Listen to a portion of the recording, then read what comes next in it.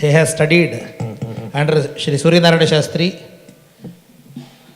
a legendary grammarian in Godavari region, and he is well versed in Sahitya, the literature, and known for his discourses on Bhagavata and related texts. On this occasion, we respectfully request the scholar to commence his speech. The medium would be Telugu. For the benefit of non-Telugu speaking devotees, Dr. Prakash Rao will give a synopsis at the end of the speech.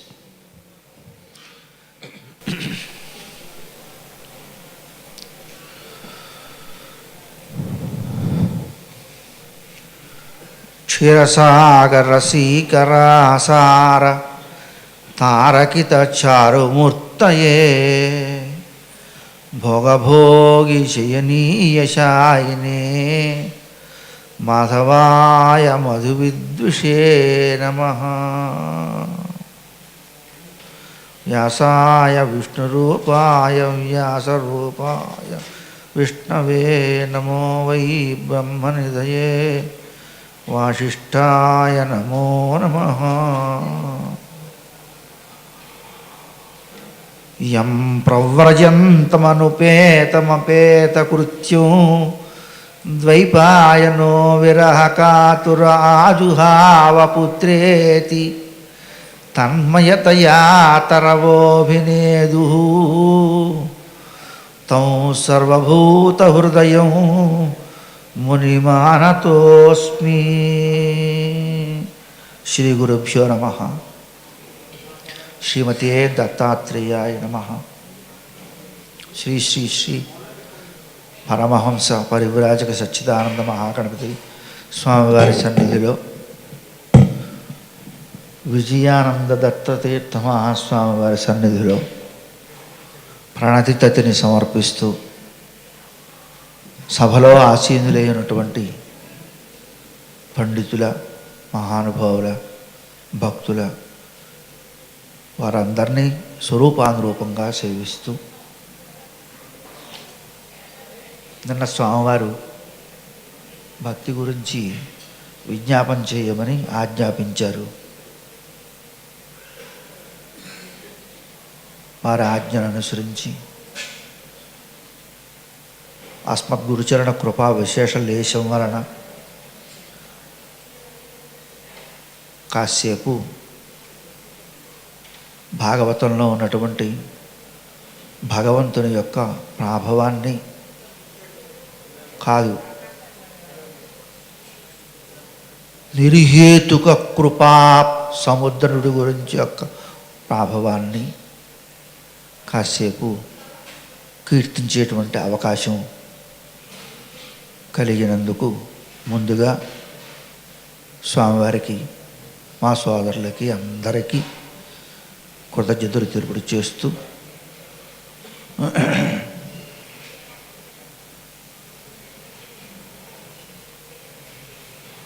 Vishnu వంశాసంభూతుడైనటువంటి పరాశరాత్మజుడు వేదవ్యాసుడు 18 పురాణాలు,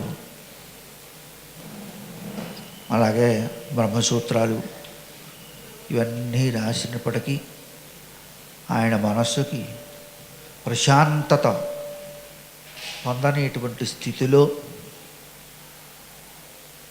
దేవర్షి అయినటువంటి నారదులు వారు ఉపదేశం వలన ఆయన భాగవత రచన చేశారు అని మనకు భాగవతంలో కనిపిస్తుంది. భగవద్గుణములను కీర్తిస్తే కానీ జీవుడికి ఉత్తమమైనటువంటి గతి కలగదు అని నారదుల వారి ఉపదేశ సారం.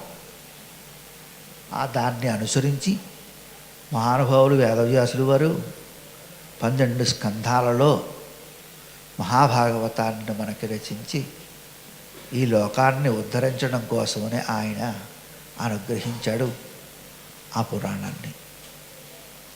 దాంట్లో ఎన్నో విషయాలని ఆయన క్రోడీకరించారు. దాంట్లో భక్తితత్వం గురించి అన్ని చోట్ల భక్తితత్వమే. ఎందుకంటే మొదటి దగ్గర నుంచి చివరి వరకు ఎక్కడ చూసినా భక్తితత్వమే కనిపిస్తుంది. మామిడి పండు ఎటువైపు కొరుక్కున్నా తీయగానే ఉంటుంది. పటికి బెల్లం ఎటువైపు విరిచి నోట్లో వేసుకున్నా తీయగానే ఉంటుంది. అలాగే భాగవతంలో ఏ అంశం చూసినా, ఏ పేజీ తీసినా, ఏ శ్లోకం చదివినా భక్తితత్వమే కనిపిస్తుంది. అందుకనే ముహురోహో రసిక భావుక రసిక అంటాడు ఆయన. అటువంటి భాగవతంలో ఏదో ఒక చిన్న విషయం గురించి మనం కాసేపు అనుసంధానం చేసుకుందాం. క్షీరసాగరాన్ని మధించారు రాక్షసులు, దేవతలు. శ్రీమన్నారాయణ యొక్క అనుగ్రహం చేత, బలం చేత, అతని ఆజ్ఞ మేరకు మధించారు. మొత్తానికి అమృతం పుట్టింది. ఆ అమృతాన్ని పొందడంలో దేవతలు, రాక్షసులు కాసేపు వాదులాడుకోవడం. ఈ లోపల నారాయణుడు మోహిని అవతారంలో వచ్చి దేవతలకి పంచడం, రాక్షసులకి అమృతం దక్కకపోవడం జరిగింది. అక్కడ వ్యాసుడు వారే అంటారు, ఇది అన్యాయం కదా ఇద్దరు కష్టపడినప్పుడు అని.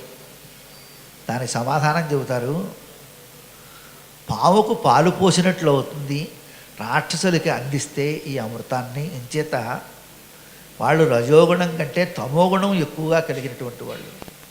తమోగుణం కలిగినటువంటి వాడు ఎప్పుడూ హింసని కోరుతాడు. రజోగుణం కలిగినటువంటి వాడు క్రోధాన్ని గమ్మును పొందుతాడు. కోపానికి తీవ్రమైనటువంటి స్థాయి క్రోధం. అది సులువుగా ఉంటుంది. వాళ్ళు చాలా సులువుగా క్రుద్ధులవుతారు. దాంతో హింసని వాళ్ళు కోరుతారు.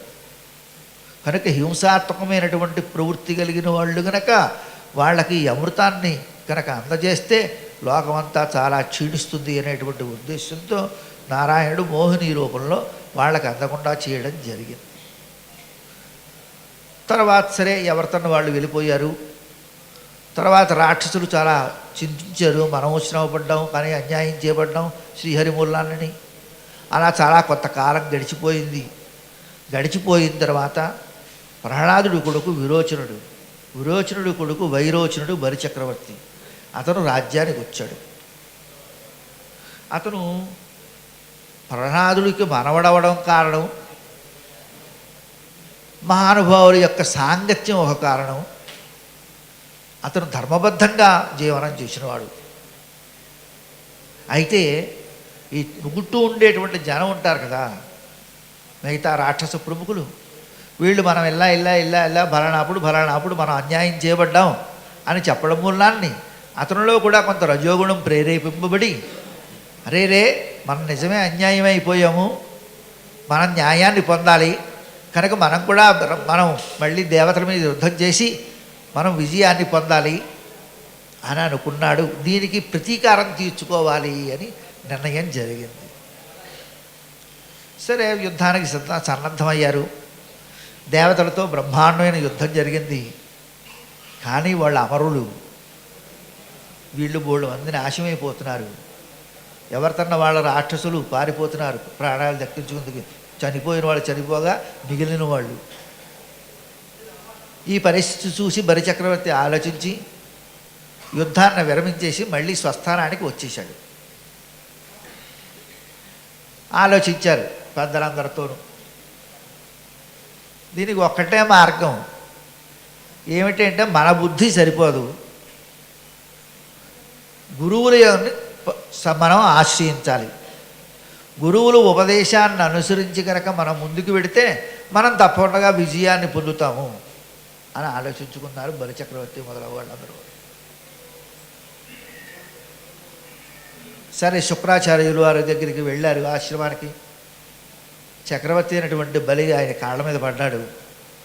ఆయన అనుగ్రహాన్ని పొందాడు. మొత్తానికి ఆయన బ్రహ్మాండమైనటువంటి ఒక యాగం చేయించాడు. విశ్వయుద్ధ యాగం అనే ఒక యాగం. చాలా గొప్ప యాగం అది. అందులోనూ భృగువంశీయులైనటువంటి వాళ్ళే ఋత్విక్కులు. శుక్రాచార్యుల వారి ఆధ్వర్యంలో నడిచింది ఆ యాగం. యాగం పరిపూర్ణమై పూర్ణాహుతి అయిన వెంటనే అగ్నిహోత్రుడు ఒక బంగారు రథాన్ని అనుగ్రహించాడు బలి చక్రవర్తికి. రథమే కాదు, రథానికి కట్టవలసినటువంటి గుర్రాలు కూడా అగ్నిహోత్రంలోంచే వచ్చాయి. ఒక దివ్యమైనటువంటి ధనుస్సు, అక్షయతూనీరాలు, అభేద్యమైనటువంటి కవచం, ఇవి అగ్నిహోత్రంలోంచి అగ్నిహోత్రుడు ఆయన అనుగ్రహించాడు బలిచక్రవర్తికి. గురువు అయినటువంటి శుక్రాచార్యులు వారు జలజం అనేటువంటి ఒక అత్యద్భుతమైనటువంటి శంఖాన్ని ఆయన అగ్నిహోత్రుడు సాక్షిగా శిష్యుడైనటువంటి బలిచక్రవర్తికి అనుగ్రహించాడు. ఈ సముదాయం చెప్పడంలో ఉన్న ఒక విశేషం ఏమిటంటే, వెళ్ళేది యుద్ధానికి, దేవతల మీద యుద్ధానికి వెళ్ళేటప్పుడు ధనుస్సు అవసరం, తూణీరాలు అవసరం, బాణాలు అవసరం, రథము అవసరం, గుర్రాలు అవసరం. ఇవి శత్రువులను జయించడానికి అవసరమైనటువంటి సాధన సామగ్రి. శంఖం దేనికి? తన తపశ్శక్తితో అగ్నిహోత్రుడి యొక్క అనుగ్రహంతో శుక్రాచార్యుల వారు జలజము అనేటువంటి ఒక శంఖాన్ని సృష్టించి బలిచక్రవర్తికి ఇచ్చాడు. దాని గొప్పతనం ఏమిటి? అంత శ్రమ ఎందుకు పడవలసి వచ్చింది శుక్రాచార్యులు వారు అంటే, శంఖము, చక్రము, గద, కత్తి, ఇవి ఇటువంటివన్నీ కూడా ఎలాగైతే శత్రు సంహారకాలో శంఖం కూడా శత్రు సంహారకమే. శంఖం శత్రు సంహారం చేసినట్టుగా ఎక్కడా కనిపించదు కదా మనకి ఏ పురాణంలోనూ. కానీ ఒక్క చోట ఉంది, భారతంలో ఉంది. సైంధవ వధ రోజుని వ్యూహంలో వ్యూహం, వ్యూహంలో వ్యూహం, 7 వ్యూహాలు పన్నాడు వాడ ద్రోణాచార్యులు వారు. ఒక్కొక్క వ్యూహాన్ని భేదించుకుంటూ అర్జునుడు వెళ్ళాలి. ఉన్నవాడు అర్జునుడు ఒక్కడే, మిగతా వాళ్ళందరూ బయట ఉండిపోయారు. సంధ్యా సమయం లోపల సైంధవుడిని వధించకపోతే అగ్నిలో నేను దూకుతాను అని ప్రతిజ్ఞ చేసేసాడు. అప్పటికే ముందు రోజు రాత్రే అర్జునుడు అభిమన్యు వధకి ప్రతీకారంగా. ఎన్ని వ్యూహాలైనా ఇంకా బోళ్ళు ఉండిపోయాయి. ఎక్కడున్నాడు తిరిగి ఇంకా 2-3 వ్యూహాలు ఉండిపోయాయి. మధ్యాహ్నం 3 గంటలు అయిపోయింది. కృష్ణమూర్తి వారు చూశారు, సూర్యుడు అప్పుడే పశ్చిమ దిక్కుకి నెమ్మదిగా వాలిపోతున్నాడు. ఇంకా ఎన్ని వ్యూహాలు దాటాలి చూశాడు. ఆయన అంచనా వేసుకున్నాడు. వెంటనే ఆయన తన యొక్క పాంచజన్యాన్ని తీసి ఒక్కసారి ఊదాడు పాంచజన్యాన్ని. రథం ముందుకు వెళ్ళడానికి చుట్టూ అక్షోహిణీల శాన అడ్డుపడిపోతున్నాయి రథచక్రాల కింద. ఎంతగాని చంపుకుంటూ పెడతాడు అర్జునుడైతే మాత్రం.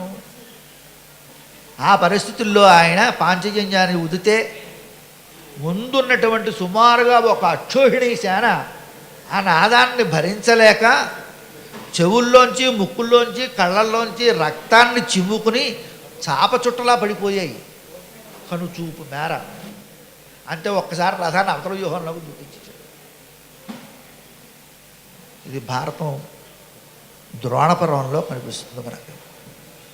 కనుక అటువంటి శంఖాన్ని అనుగ్రహించాడు శుక్రాచార్యులు వారు బలిచక్రవర్తి. సరే, యుద్ధానికి బయలుదేరారు. ఇంద్రుడు భయపడుతున్నాడు ఇదంతా విని. సరే, ఇలా మనం శక్తి లాభం లేదని గురువు దగ్గరికి వెళ్ళి వారికి విజ్ఞాపన చేశాడు. ఆయన అన్నాడు, నాయన, కాలం నీకు ప్రతికూలంగా ఉంది, అనుకూలంగా లేదు. ఇప్పుడు బలిచక్రవర్తి గొప్ప విశ్వత్యాగం చేశాడు. గురువు యొక్క అనుగ్రహాన్ని పొంది అతను యుద్ధానికి వస్తున్నాడు. అతన్ని జయించడం అసంభవం. కనుక నీవు అమరావతిని వదిలేసి కొంతకాలం క్షేమంగా ఎక్కడన్నా ఉంటే మంచిది. తర్వాత కాలం కలిసి వచ్చినప్పుడు అప్పుడు ఆలోచించవచ్చు అని సలహా ఇచ్చాడు ఆయన. గురువు యొక్క ఆదేశాన్ని అనుసరించి ఇంద్రాది దేవతలందరూ అమరావతిని వదిలేసి మరో ప్రాంతానికి వెళ్ళారు. సరే, అక్కడ ఏం చేయాలి? అక్కడ ఏదో మళ్ళీ తపస్సుకి బస్సు నడుస్తోంది. బలిచక్రవర్తి స్వర్గలోకాన్ని స్వాధీనం చేసుకున్నాడు అనాయాసంగా, ఎక్కడా హింస లేకుండా, రక్తపాతం లేకుండా. తర్వాత ఈ లోపల ఏమైందంటే, కశ్యపు ప్రజాపతికి 99 భార్యలు. దాంట్లో అదితి, దితి అని 2 భార్యలు. ఒకరు పరమ సాత్విక గుణం కలిగినటువంటి వాళ్ళు, ఇంకొక ఆవిడ కొంచెం రజోగుణ భూయిష్టంగా ఉండేటువంటి ఆవిడ దితి. వీళ్ళందరూ దితిపుత్రులు. ఇంద్రాదులు దేవతలందరూ అదితి పుత్రులు. సరే, జరిగినటువంటి పరిస్థితికి ఆవిడ చింతిస్తోంది, తన కొడుకుల యొక్క దుస్థితికి. పాండవులు ఏ రకమైనటువంటి దుస్థితికి కుంతీదేవి చింతించిందో అలాగే ఆవిడ కూడా చింతిస్తోంది. ఒక రోజున కశ్యప ప్రజాపతి ఆవిడ ఉన్నటువంటి ఆశ్రమానికి వచ్చాడు. వచ్చి దీనురాలైనటువంటి భార్యను చూసి అడిగాడు, ఎందుకు ఈ దైన్యం పొందావు నువ్వు అని. సరే, ఆవిడ చెప్పింది, ఇదిగో ఇలా ఉంది పరిస్థితి, మరి వీళ్ళకి ఎప్పుడు క్షేమం కలుగుతుంది అని అడిగింది. ఆయన ఒక వ్రతాన్ని ఆవిడకి ఉపదేశించాడు. దాన్ని పయోవ్రతము అంటాడు. అది చాలా కఠినమైనటువంటిది.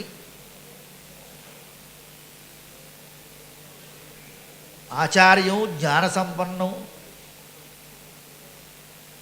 వస్త్ర ఆభరణధేనుభి తోషయే ధృతిజశ్చైవ తద్విద్ధి ఆరాధనో హరే. నువ్వు గురువులని సత్కరించి, గోబ్రాహ్మణులను సత్కరించి, గోదానాదులు ఆచరించి ఈ వ్రతాన్ని ఆరంభించాలి. నువ్వు గురువుని పూజించినప్పుడు అది సాక్షాత్తు శ్రీహరిని పూజించినట్లే గనక తప్పకుండా నీకు నారాయణుడి యొక్క అనుగ్రహం నువ్వు పొందుతావు. ఉపతిష్టస్వ పురుషం భగవంతం జనార్దను, ఆయన్ని నీ హృదయంలో ప్రతిష్ఠించుకుని నువ్వు ఈ వ్రతాన్ని సక్రమంగా గనక ఆచరిస్తే ఆయన అనుగ్రహం పొంది నీ కొడుకులకి క్షేమం కలుగుతుంది అని ఆ విధి విధానాన్నంతని ఆయన అదితికి ఉపదేశించడం జరిగింది. ఆవిడ అలాగే భర్త చెప్పినట్లుగా యథావిధిగా ఆ వ్రతాన్ని ఆచరించింది ఆవిడ. సరే, చెట్టు చివరికి వ్రతం అయిపోయిన తర్వాత సమాప్తిలో భగవంతుడు గరుడారూహుడై శంఖచక్ర గదాధరుడై పీతవాసుడైనటువంటి శ్రీహరి ఆవిడకి సాక్షాత్కారం అనుగ్రహించాడు. సరే, ఆవిడ స్తుతించింది. అంతా అయిన తర్వాత, అమ్మ నీకేం కావాలో కోరుకో అన్నాడు. ఆవిడ తన పిల్లల యొక్క దుస్థితిని చెప్పింది. అంటే, నువ్వే కాదమ్మా, కశ్యప ప్రజాపతి కూడా నా గురించి తపస్సు చేసి ఉన్నాడు కనుక నేనే నీ కడుపుని కొడుకుగా పుడతాను, నువ్వేం బెంగపడక్కర్లేదు, నీ కొడుకులకి క్షేమం కలిగిస్తాను అన్నాడు. అసురులను చంపుతాను అనలేదు, రాక్షస నాశం చేస్తాననలేదు, నీ కొడుకులకి క్షేమం కలగ చేస్తాను అన్నాడు. మనకు భగవద్గీతలో యోగక్షేమం వహామ్యహం అని వస్తుంది కదా. యోగం అంటే లేనిది మనకి కలగడం. అలబ్ధస్య ప్రాపణం యోగ, తద్రక్షణం క్షేమ. ఇంద్ర పదవి త్రిలోకాధిపత్యం ఇంద్రుడికి ఇంతకుముందే భగవంతుడి చేత అనుగ్రహింపబడింది. అది మళ్ళీ ఇప్పుడు పొందాలి. యోగం ఇంతకుముందు కలిగింది, దానికి క్షేమం పోయింది. క్షేమాన్ని కలగజేయాలి భగవంతుడు కనుక క్షేమాన్ని కలుగజేస్తా అన్నాడు. అంతేగాని బలిచక్రవర్తి మొదలగు రాక్షసుల్ని చంపుతానని చెప్పలేదు శ్రీహరి. సరే, ఆవిడ పరమానందం పొందింది. కశ్యప ప్రజాపతి, అదితి కూడా భగవంతుడి యొక్క అనుగ్రహం కోసం ఎదురు చూస్తూ ఉంటారు. కొంతకాలం అయిన తర్వాత ఆవిడ గర్భవతి అవ్వడం, భగవానుడు వామనుడుగా అవతరించడం జరిగింది. ఆయన అవతరించినప్పుడు లోకమంతా కూడా దివ్యమైనటువంటి తేజస్సుతో వ్యాపించిపోయింది. గబగబా బ్రహ్మరుద్రేంద్రాది సకల దేవతలు, దేవగురువు బృహస్పతి, దేవర్షి నారదులు వారు వీరందరూ కూడా అక్కడికి వచ్చారు భగవంతుడిని సేవించుకుందుకు. భగవంతుడిని కీర్తించారు. ఆయనకి సంస్కారాలు ఆచరించాలి. ఎందుకంటే ఈ ప్రకృతి మండలంలో అవతరించాడు కదా ఆయన. త్రిపాద్ విభూతి నుంచి లీలా విభూతికి వచ్చేసాడు ఆయన. కనుక లీలా విభూతిలో జరగవలసినటువంటి సంస్కారాలు ఏవి ఉన్నాయో అవి నడిపించాలి. కనుక కశ్యప ప్రజాపతి ఆ సంస్కారాలను పూర్తి చేశాడు. దాంట్లో ఉపనయన సంస్కారం చేసినప్పుడు సాక్షాత్తు ఆ కశ్యప ప్రజాపతి ఆయనకు ఉపనయన సంస్కారం చేసి యజ్ఞోపవీతాన్ని ధరింపచేశాడు. చతుర్ముఖుడు బ్రహ్మదండాన్ని అనుగ్రహించాడు. ఉమాపతి కమండలాన్ని అనుగ్రహించి భిక్షాపాత్రను అనుగ్రహించాడు. ఉమాదేవి కమండలాన్ని అనుగ్రహించింది. సరస్వతీదేవి అక్షమాలను అనుగ్రహించింది.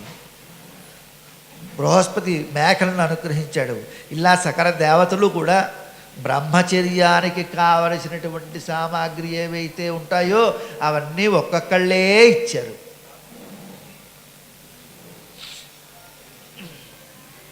ఆ తర్వాత ఆయన తను ఇచ్చినటువంటి మాటను నిలబెట్టుకుందుకు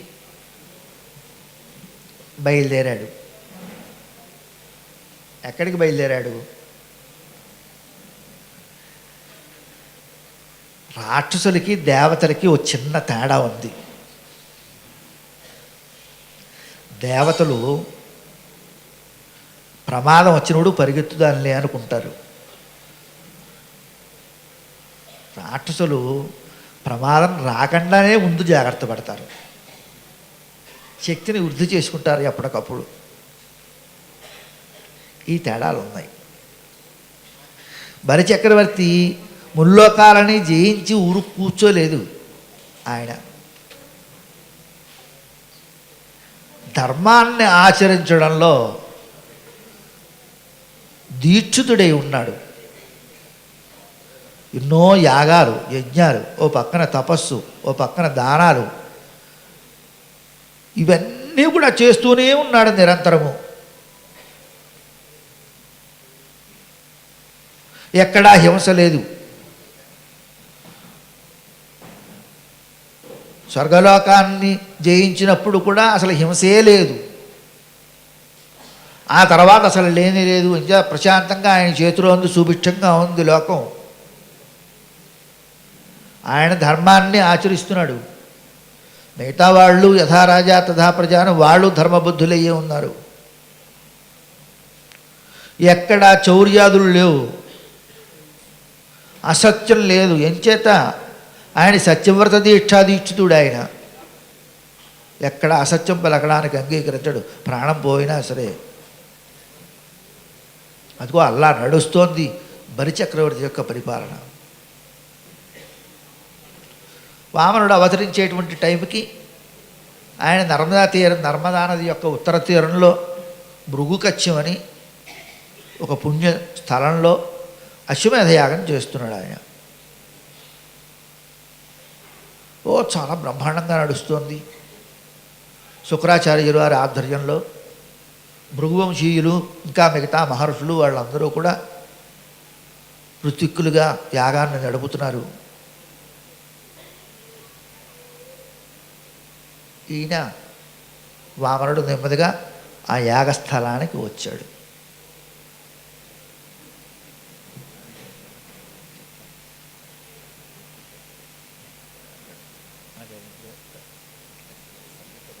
అందుకనే యాగానికి వచ్చాడు. ఆయన యొక్క దివ్యమైనటువంటి తేజస్సును చూసి బలిచక్రవర్తి గబగబా పరిగెత్తుకు వచ్చి ఆయనకి అర్ఘ్యపాద్యాదులు ఇచ్చి, మా ప్రభో నువ్వు వచ్చిన మూలనన్నీ మా యాగం సఫలమైంది, ఏం కావాలో కోరుకో అన్నాడు. సంభాషణ జరిగింది. అర్ధరాజ్యం కావాలా, బంగారం కావాలా, అగ్రహార, మా చక్రవర్తి అడగడానికి ఉంది, ఏం అడిగితే అది ఇవ్వగలడు. అవేమీ కోరకుండా 3 అడుగులు మాత్రం ఇవ్వమని అడిగాడు భూమిని. 3 అడుగులు అడగడంలో చిన్న రహస్యం ఏంటంటే, ఈయన బ్రహ్మచర్యంలో ఉన్నాడు. 3 అడుగుల నేల ఎందుకంటే రోజు నిత్యాగ్నిహోత్రుడు కనుక అగ్నిహోత్రం చేసుకోవాలి, అందుకోసం 3 అడుగులు అడిగాడు. ఈ రహస్యం వామన పురాణంలో ఉంది. వామన పురాణంలో కూడా ఇంకో వామనావతారం ఉంది. ధనువు పరిపాలిస్తున్నప్పుడు భగవంతుడు మళ్ళీ అక్కడ ఒక వామనావతారం ఎత్తాడు మరొక కల్పంలో. అక్కడ కూడా 3 అడుగులే అడిగాడు. 3 అడుగులతో ఏం చేసుకుంటావయ్యా అని అడిగాడు ధనువు. అడిగితే అగ్నిహోత్రం చేసుకోవాలి కదా నేను, కనుక 3 అడుగులు అయ్యి అన్నాడు. కొంచెం కథ తేడాగా ఉంటుంది. భాగవతంలో ఉన్న వామనావతారానికి, వామన పురాణంలో ఉన్నటువంటి వామనావతారానికి కొంచెం కథాభేదం ఉంటుంది, తేడా. సరే, ఆయన నవ్వాడు. ఏమైనా నాకు ఇంతకంటే ఏం అక్కర్లేదన్నాడు. తీసుకున్నాడు ఆయన. 3 అడుగులు ఇచ్చాడు. ఇక్కడ వాళ్ళ గురువు శుక్రాచార్యులు వారు ఇవ్వద్దని ఆయన అడ్డగించాడు. వచ్చినవాడు శ్రీహరి వచ్చాడు, నువ్వు 3 అడుగులు ఇస్తే 2 అడుగులతోనే ఆయన ముల్లోకాలనే ఆక్రమించేస్తాడు, 3వ అడుగు ఇవ్వడానికి నీ దగ్గర ఏముండదురా, నువ్వు సత్యసంధుడివి, అసత్యానికి పాల్పడిన వాడు అవుతావు, నరకానికి పోతావు, అందువలన నా మాట విను అని ఆయన చాలాసేపు చెప్పాడు. అయినా సరే ఆయన మాటను వినలేదు. ఎంతోమంది వెళ్ళారు, ఇవన్నీ మూట కట్టుకుని వెళ్ళారా, కార్యరాజులు రాజ్యమును గొలగవే, అందువల్ల శివి ప్రముఖులను మరిచిపోయావా నువ్వు అని గురువు మాటను కాదని ఆయన 3 అడుగులు దానం ఇవ్వడానికి సంసిద్ధుడయ్యాడు. సరే, దానం ఇచ్చాడు. ఆవిడ బంగారు కలశంతో నీళ్లు పోస్తోంది భార్య. ఈయన 3 అడుగులు దానం ఇచ్చాడు. 1 అడుగుతో కింద ఉన్నటువంటి 7 లోకాలు ఆక్రమించేశాడు. తన శరీరాన్ని, బాహువుల్ని పెంచి ఆ పై లోకాలు, ఊర్ధ్వలోకాలు, 7 లోకాలు ఆక్రమించేశాడు. ఇంకొక అడుగు మిగిలిపోయింది. ఆ అడుగుని ఎక్కడ పెట్టాలి? ఆయనే స్పష్టంగా చెప్పాడు. ఆయన సత్యచంద్రుడు కదా, అసత్యాన్ని పాల్పడ్డ కదా, సత్యాన్ని విడనాడాడు కదా ఆయన. అందువల్ల పదం తృతీయం కురు శీర్షుమే నిజం, నా శిరస్సు మీదే పెట్టవయ్యా అని ప్రార్థించాడు బలిచక్రవర్తి.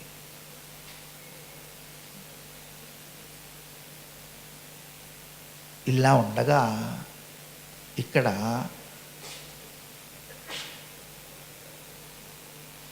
పెద్దల యొక్క వచనం ఒకటి ఉంది. సత్సంగాత్ భవనిస్పృహ గురుముఖాత్ శ్రీశం ప్రపద్య ఆత్మవాన్. భగవంతుడు అనుగ్రహం పొంది అపునరావృత్తిని పొందాలి అంటే ఇదిగో ఈ క్రమంలో వెళ్ళాలట. మొట్టమొదట సత్సంగం చెయ్యాలట, మహానుభావుల యొక్క సాహచర్యం కావాలి. దాని గొప్పతనాన్ని మొదటి స్కంధంలో నారదులు వారు సూతుడికి చెబుతారు. తన పూర్వజన్మ వృత్తాంతం చెబుతూ, ఇంతటి ముందు జన్మలో మా తల్లిగారు ఒక మహానుభావుల ఇంట్లో పనిచేస్తూ ఉండేది.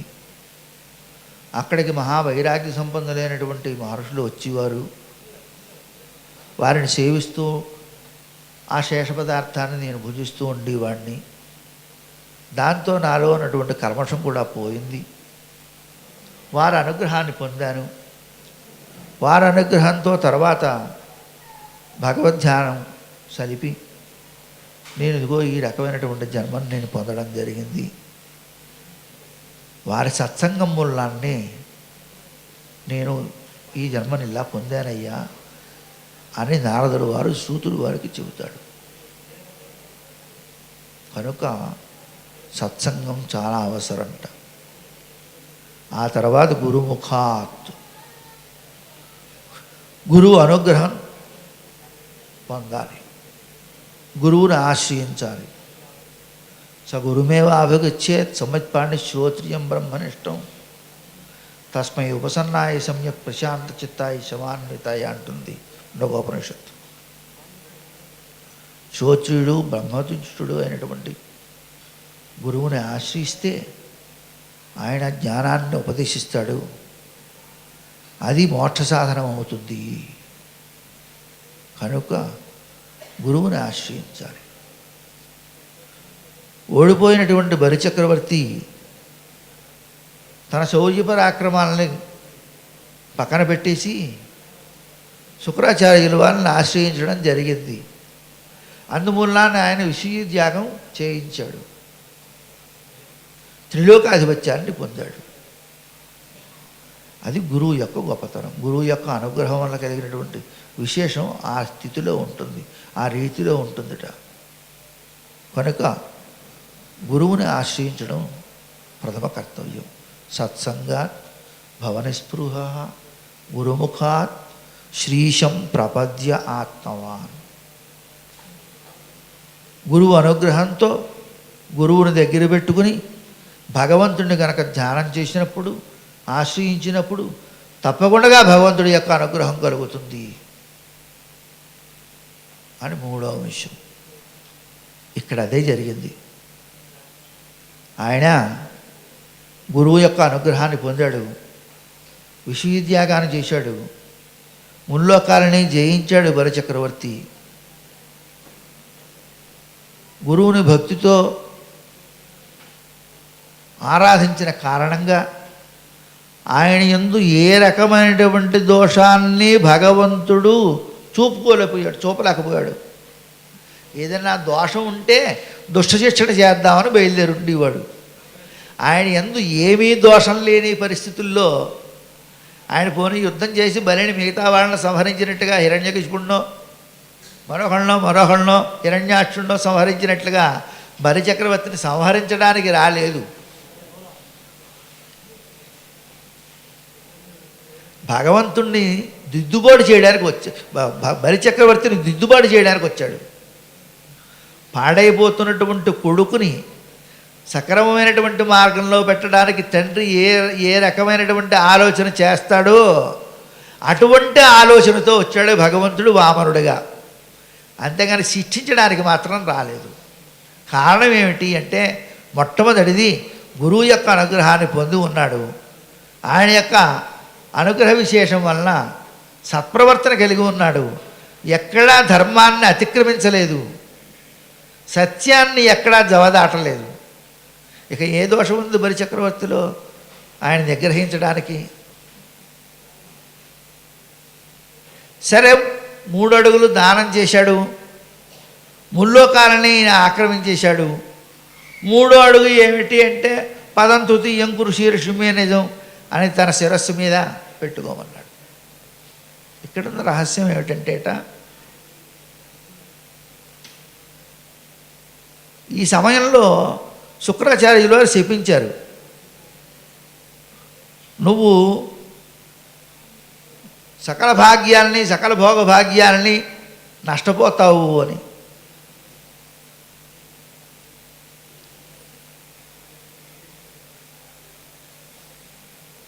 అక్కడ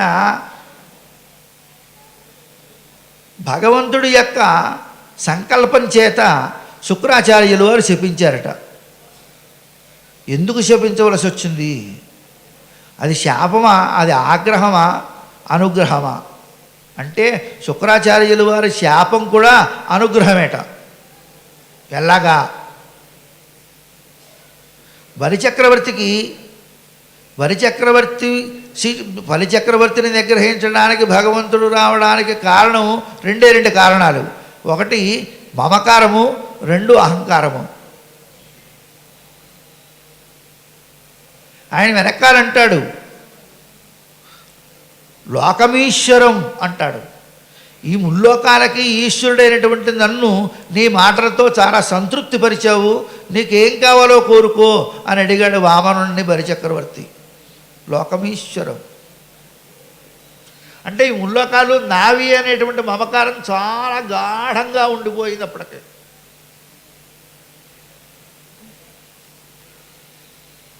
ఈ ముల్లోకాలని నియమనం చేయగలిగినటువంటి శక్తిమంతుడిని నేనే అనేటువంటి అహంకారం ఉండిపోయింది.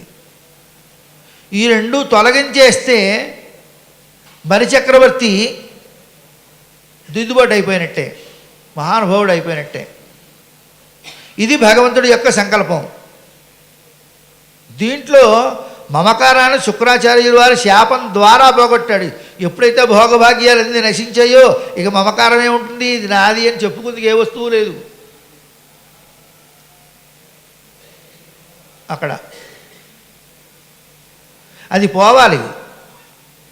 అది పోతే కానీ, మమకారం పోతే కానీ అహంకారం పోదు. అందువల్ల మమకారాన్ని గురువు ద్వారా పోగొట్టాడు భగవంతుడు.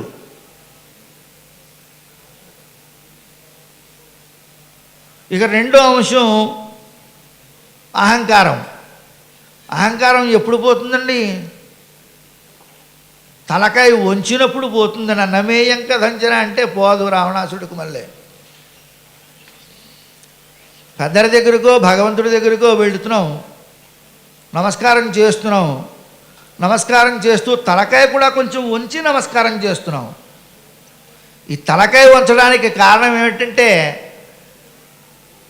నేను అహంకారాన్ని విడిచిపెడుతున్నాను అని చెప్పడం. అలా తలకాయ వంచకుండా వాడి మోహంలోకే చూస్తే వీడు అహంకార కిందే లెక్క అవుతాడు. అందుకనే పెద్దలకి దైవానికి మనం సాష్టాంగ నమస్కారం చేయడం, పూర్తిగా సాష్టాంగ నమస్కారం చేయడం అందుకే వచ్చింది. కేవలం రెండు చేతులు జోడించి నమస్కారం చేసిన దాంట్లో ఈ వైలక్షణ్యం లేదు. ఇంకొక రహస్యం కూడా ఉందని ఒక ఆయన పెద్ద ఆయన రాశారు.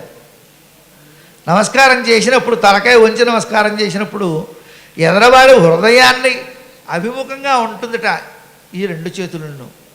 అంటే ఆ జీవుడిలో ఉన్నటువంటి హృదయ పుండరీకంలో వేయించేసి ఉన్నటువంటి భగవంతుడికి నమస్కారం చేస్తున్నట్టుట. అందువల్ల తలకాయ వంచి నమస్కారం చేయమన్నాడు. కొంచెం వంగి, నడ్డు కూడా కొంచెం వంగుతుంది. 6 అడుగులు వాడు 5 అడుగులు వాడు అవుతాడు.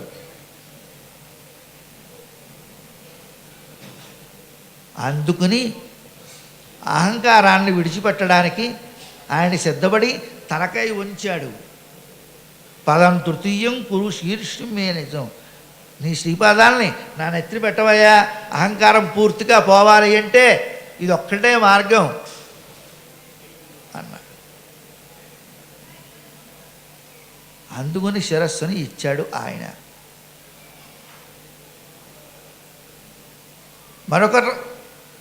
ఒక చోట ఇక్కడ ఈ విషయాన్ని ఎక్కడో ఎత్తుకుని నిగమాంత దేశకులు వామనావతారం గురించి చెబుతూ పైకి వెళ్ళినటువంటి శరీరం ఉంది కదా, బాహులో విన్ను, ఇవి అన్ని లోకాలనే ఆక్రమించేసింది. భగవంతుడి దర్శనం జరుగుతోంది, అందరూ భగవంతుడిని సేవించడానికి రండి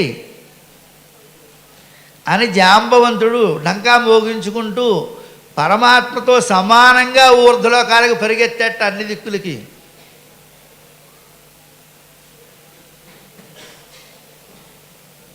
బ్రహ్మగారు ఆయన యొక్క కమలంలోంచి పరమాత్మ యొక్క పాదాన్ని అభిషేకం చేస్తాడు.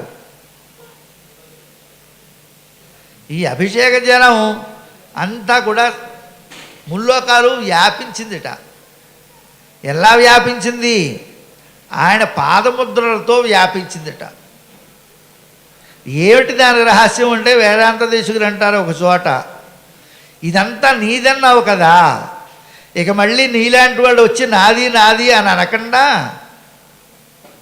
కలెక్టర్ గారు ఓ 10 ఎకరాల భూమి ఫలానా వారిది అని చెప్పడానికి ఒక కాగితం రాసి దాని మీద వారి ముద్ర వేస్తే ఇక మళ్ళీ దానికి తేడా ఇంక వేరే సందేహం ఏమీ ఉండదు కదా, ఎవరు దాన్ని ముట్టుకోవడానికి వీల్లేదు కదా. అందువలన భగవంతుడు తన యొక్క సీలుని దాని మీద వేసేట పాదవర ముద్ర ద్వారా ఈ భూమండలం మీద ఈ ముల్లోకాల మీద. ఇప్పుడు ఇక పూర్తిగా అహంకార మమకారాలు పూర్తిగా బలిచక్రవర్తికి పోయాయి. అందుకుని ఆయన ఆ సరస్సు, అందుకనే ఇక్కడ బ్రహ్మగడిగిన పాదము బ్రహ్మము తానై పాదము అంటారు. సాక్షాత్తు చతుర్ముఖుడు అభిషేకం చేశాడు. అదిగో అటువంటి రీతిలో బలిచక్రవర్తికి అహంకార మమకారాలు నశింపచేశాడు భగవంతుడు.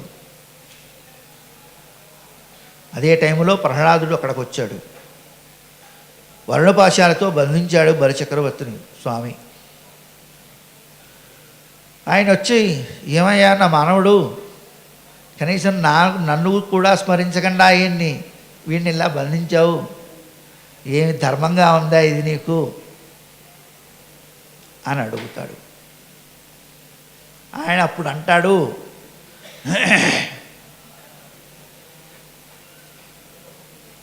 వీడికి నీ మనవణ్ణి అనుగ్రహించడానికి వచ్చాను తప్ప నేను నిగ్రహించడానికి రాలేదయ్యా. నా యొక్క అనుగ్రహాన్ని పరిపూర్ణంగా పొందాడు. గురువు చెప్పించినప్పటికీ కూడా శాపానికి కూడా భయపడకుండా 3 అడుగుల్ని నాకు దానం ఇవ్వడానికి సంసిద్ధుడయ్యాడు. అదిగో దానివలనే నా అనుగ్రహాన్ని పరిపూర్ణంగా పొందాడు ఆయన. అతన్నేమి నీ శిక్షించడానికి రాలేదు, శిక్షించే ఆలోచన కూడా లేదు నీ మనవణ్ణి. అంతేకాదు,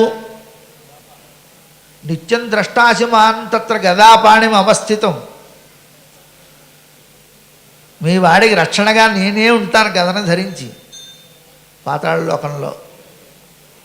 ఒకవేళ రేపొద్దున ఎప్పుడన్నా నీలాగా వేరే వేరే ఆలోచనలు చేస్తాడేమో అని అనుమానం కూడా అక్కర్లేదు. కారణం ఏమిటంటే, హిరణ్యకశిపుడు వధ అయిపోయిన తర్వాత ప్రహ్లాదుడు చాలా కాలం రాజ్యం చేశాడు. మిగతా కొంతకాలం అయిన తర్వాత మిగతా వాళ్ళందరూ కూడా ఆయనకి ఇదిగో ఇలాగా శ్రీహరి ఇలా చేశాడు, మీ తండ్రిని ఇలా చేశాడు, మీ పెద్దరిని ఇలా చేశాడు, వారిని ఇలా హింసించాడు, ఎప్పుడూ దేవతల పక్షపాతి అయినా నువ్వు అవేమీ పట్టించుకోవు చేయవు అని ఇలా నెమ్మదిగా ప్రరోచనం చేశారు ప్రహ్లాదుడికి. సరే విన్నాడు, ఏమి మాట్లాడలేదు, సరే అయిపోయింది. ఓసారి తీర్థయాత్రలకు వెళ్ళారు. అక్కడికి వెళ్ళిన తర్వాత సుమారు 21 రోజులు శ్రీహరితో యుద్ధం చేశాడు ప్రహ్లాదుడు. అసలు యుద్ధం చెయ్యాలనేటువంటి ఆలోచన ఎందుకు వచ్చింది ప్రహ్లాదుడు? అంతటి వాడికి మహాభక్తుడు కదా. కడుపులో ఉండగానే సాక్షాత్తు నారదుడు భగవత్తత్వాన్ని ఉపదేశించాడు. తన ఆశ్రమంలో ఉంచుకుని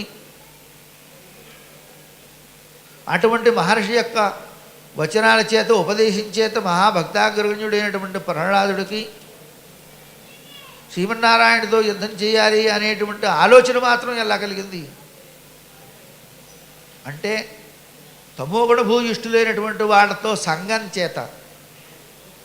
అందుకనే సత్సంగాద్భవని స్పృహ అని మొట్టమొదటి పదం అక్కడ వేశారు.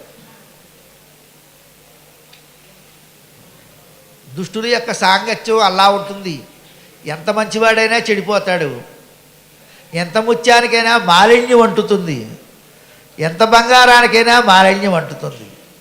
అది మళ్ళీ ఆ బంగారాన్ని పట్టుకెళ్ళి పొయ్యిలో పడేయవలసింది, నిప్పుల్లో పడేస్తే కానీ అది మళ్ళీ స్వచ్ఛతని పొందదు. ఇక్కడ ప్రహ్లాదుడికి అదే పరిస్థితి వచ్చింది. సరే, తర్వాత భగవంతుడు 21 రోజులు యుద్ధం అయిన తర్వాత భగవంతుడు అనుగ్రహం చేత మళ్ళీ అతను దిద్దుబాటు చేయబడ్డాడు.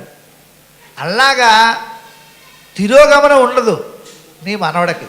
ఎంచేత ఏ రకమైనటువంటి దుష్టభావాలు ఆయన్ని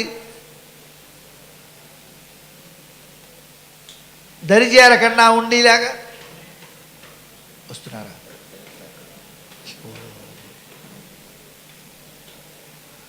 ఏ రకమైనటువంటి భావాలు అంటకన్నా ఉండేలాగా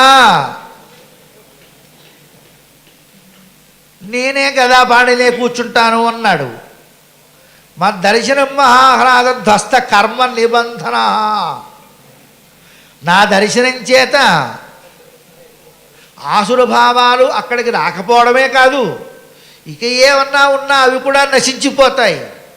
ముండకోపనిషత్తులో యదా పశ్యతే రుక్మవర్ణం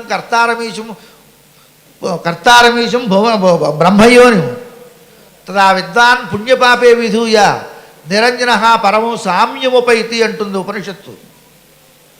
భగవంతుడి యొక్క దర్శనం కలిగినప్పుడు, భగవంతుడి యొక్క అనుగ్రహం కలిగినప్పుడు ఇటు ప్రారంధ వెనకాలన్నటువంటి జన్మల్లో ఆర్జించినటువంటి ఏ కర్మల యొక్క ఫలమైతే ఉంటుందో సంచిత కర్మ అంతా, ఆ సంచిత కర్మ ఆగామి కర్మతో పాటుగా ప్రారంధ కర్మ కూడా నశించిపోతుందట. తథా విద్వాన్ పుణ్యపాపే విధూయ నిరంజన పరమం సామ్యముపైతి. పుణ్యపాపే విధూయ, పుణ్యము పాపము కూడా పోతాయట. అదేమిటండి? పుణ్యం కోసమే కదా ఈ దానాలు ధర్మాలు యజ్ఞాలు యాగాలు తపస్సులు ఇవన్నీను. అంటే మోక్షానికి రెండూ సంఖ్యలే. ఒకటి ఇనప సంఖ్యలు, ఒకటి బంగారపు సంఖ్యలుట. ఆ రెండు పోతేనే పూర్తిగా వీడు మోక్షానికి అర్హుడు. కనుక విధూదనం చేస్తాట. భగవంతుడి యొక్క అనుగ్రహం చేత భగవద్దర్శనం కలగడం మూలాన్ని ఆ రెండు విధూదనం అయిపోతాయి. విధూదనం అంటే ఏమీ లేదు, పక్షి తన రెక్కలని అంటుకున్నటువంటి మాలిన్యాన్ని ఎలాగైతే ఒక్కసారిగా విదిల్చేస్తుందో, విదిల్చేయడం మూలాన్ని మళ్ళీ స్వచ్ఛత పొందుతుందో, ఆ రకంగా భగవద్ అనుగ్రహం చేత భగవద్దర్శనం పొందినటువంటి మోక్షగామి పుణ్యపాప విధూదనం చేస్తాడు. నిరంజన పరమం సామ్యముపైతి, భగవత్ సాన్నిధ్యాన్ని పొందుతాడు అని ముండకోపనిషత్తు చెబుతుంది. అదిగో ఆ స్థితిని ఇక్కడ పొందాడు బలిచక్రవర్తి. ప్రహ్లాదుడు కంటే కూడా గొప్ప అనుగ్రహాన్ని పొందాడు. తాతను మించినటువంటి వాడు. ఇంచేత తిరోగమనం లేకుండా నీ మనవడికి చేస్తానయ్యా, నేనే గదాపాడినే ఎక్కడ కాపలా కాస్తూ ఉంటాను, ద్వారం దగ్గర సెంట్రీ ఉద్యోగం చేస్తానయ్యా నీ మనవడికి అని వరాన్ని ఇచ్చాడు భగవానుడు.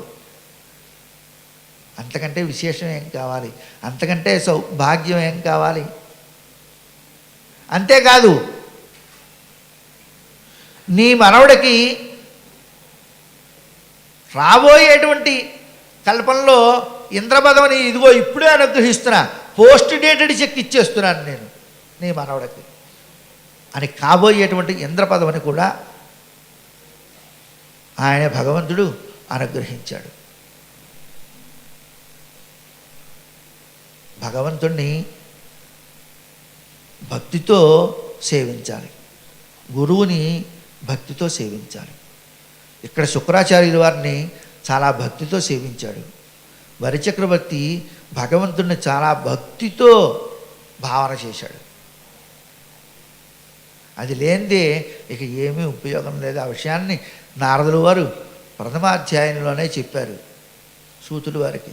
భక్తి యొక్క గొప్పతనాన్ని చెబుతూ చాలా విస్తృతంగా చెప్పాడు నారదుల వారు.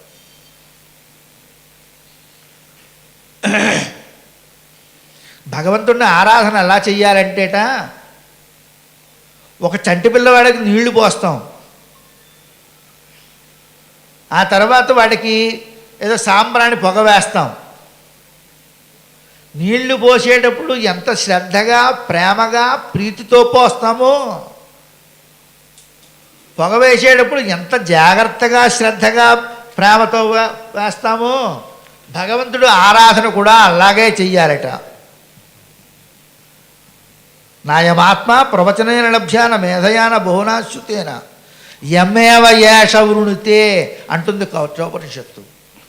మనం భగవంతుణ్ణి ఆరాధన రూపంలో ప్రేమిస్తే పరిణితి చెందినటువంటి భక్తికే ప్రేమ అని పేరు.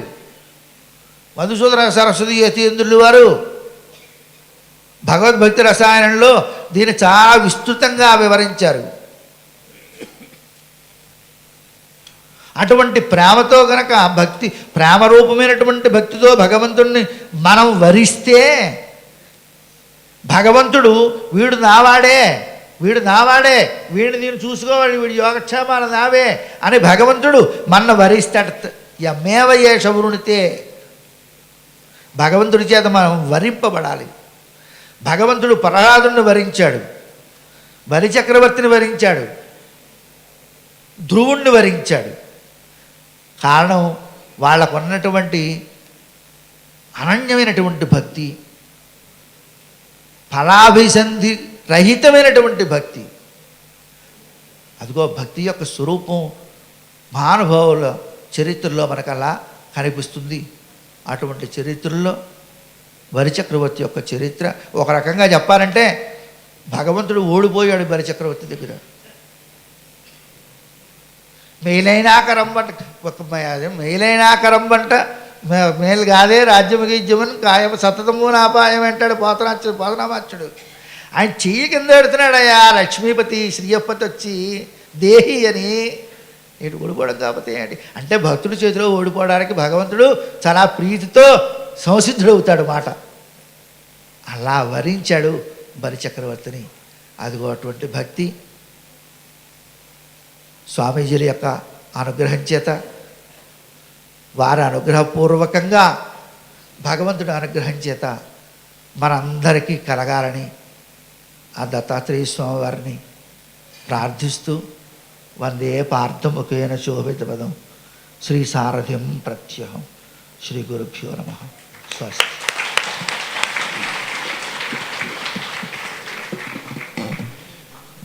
In this auspicious conference of Dhanabha Yoga, the third day in the morning session, Dr. Sri Rangachari delivered an excellent and an eminent speech in Telugu about Bhagavata. So the main aspect of Bhagavata is it removes the unhappiness and it gives happiness. This is the main theme of Bhagavata. According to this Vamana Katha, Vamana story, the Vamana is a boy, small boy. Bali is an emperor. He is an emperor of all globes, not for 3 lokas, 14 globes. Just he offered 3 feet of 3 feet. What is the meaning of 3 feet? Is it the 3 feet is sufficient? No. But he offered only 3 feet. Finally he agreed. He gives 3 feet. He take it. We know the story. In this concept, this Vamana is become as a Trivikrama. This is Trivikrama means the universal rule. He completely occupied the total universe. At that time, he kept his leg in the upper globes, upper 7 globes. And he kept this second feet in the lower globes. What about the remaining, the 3rd feet? That means the all globes are covered with complete Vishnu Tattva aspect in his mind. This mind is complete, is not entered Vishnu Tattva in his mind. Finally, he kept his leg in his feet and he occupied Vishnu Tattva. This is the final sufficient, the doctrine of Vamana Avatara. He said very excellently. He is an excellent scholar. We are very thankful to Rangachari once again. Just I want to express the story, the theme in a brief session in English. Dr. Sri Pattabhiram Rao. Okay, you can, yeah, just you can. Within 5 minutes, he can conclude.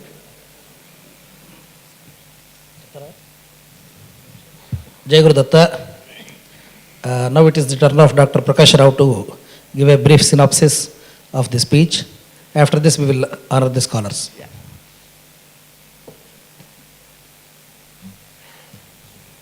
Jai Guru Datta, I think Dikshitul Garu has actually summarized all of it. What I am going to do is just give 2-3 important messages, at least, that I received from this story of Vamana and Bali Chakravarti. Of course, today is the third day, and Bhakti Yoga is the one that Sri Rangacharya Garu talked about it. And so, basically, association